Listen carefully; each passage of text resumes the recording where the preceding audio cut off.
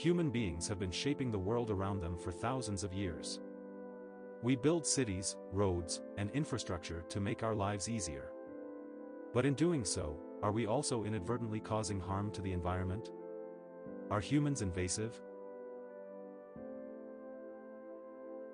An invasive species is one that is not native to an ecosystem and has the potential to cause harm to that ecosystem. In many ways, humans fit this definition. We have spread across the planet, bringing with us new plants and animals that can disrupt the natural balance of an area.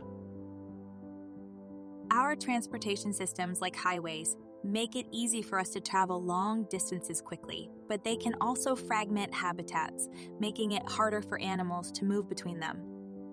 Our waste products can also be invasive. Landfills can leak toxic chemicals into the ground, and plastic waste can accumulate in our oceans and harm marine life. Even our energy production can be invasive. Power plants can release pollutants into the air and water, harming both humans and wildlife. But it's not all doom and gloom. Humans can also be a force for good in the environment. One way we do this is by working to understand and protect the biogeochemical cycles that keep our planet in balance. Take the water cycle. For example, water is essential for life on Earth, and the water cycle ensures that it is distributed where it is needed. Humans have built infrastructure to help manage this cycle, such as water treatment plants and dams. But we've also learned to appreciate the natural systems that support the water cycle. Wetlands, for example, are incredibly important for water management. They act as natural sponges, absorbing water during floods and slowly releasing it during dry periods. By working to protect and restore wetlands, we can help support the water cycle and protect the environment. The water cycle is a continuous process that describes the movement of water between the atmosphere, land, and oceans. Water evaporates from the Earth's surface, forms clouds, and falls back to the ground as precipitation. This process is driven by factors such as evaporation, condensation, precipitation, and transpiration.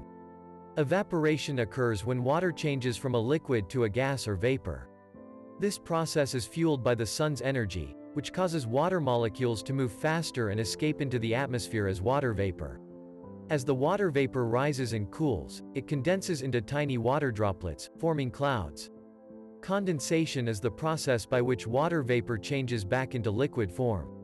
This occurs as the water droplets in the clouds become larger and heavier due to cooling and the loss of energy.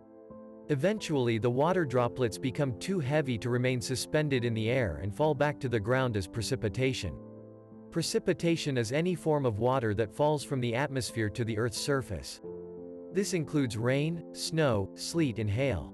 The type of amount of precipitation that falls in an area depend on various factors such as temperature, humidity, and air pressure. Transpiration is the process by which water moves from plants to the atmosphere. Plants absorb water through their roots and release it into the air through tiny pores on the leaves called stomata. This process contributes to the amount of water vapor in the atmosphere and is an essential part of the water cycle. The water cycle is vital for maintaining the balance of water on Earth.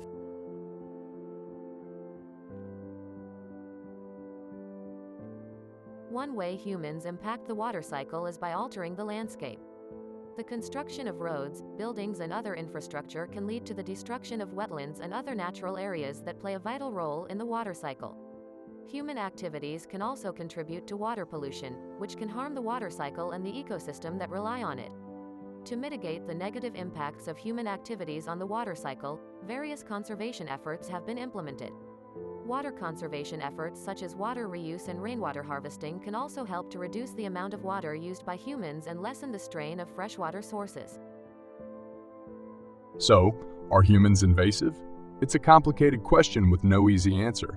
But by understanding the impact we have on the environment and working to protect it, we can help ensure that the planet remains a healthy and vibrant place for all life.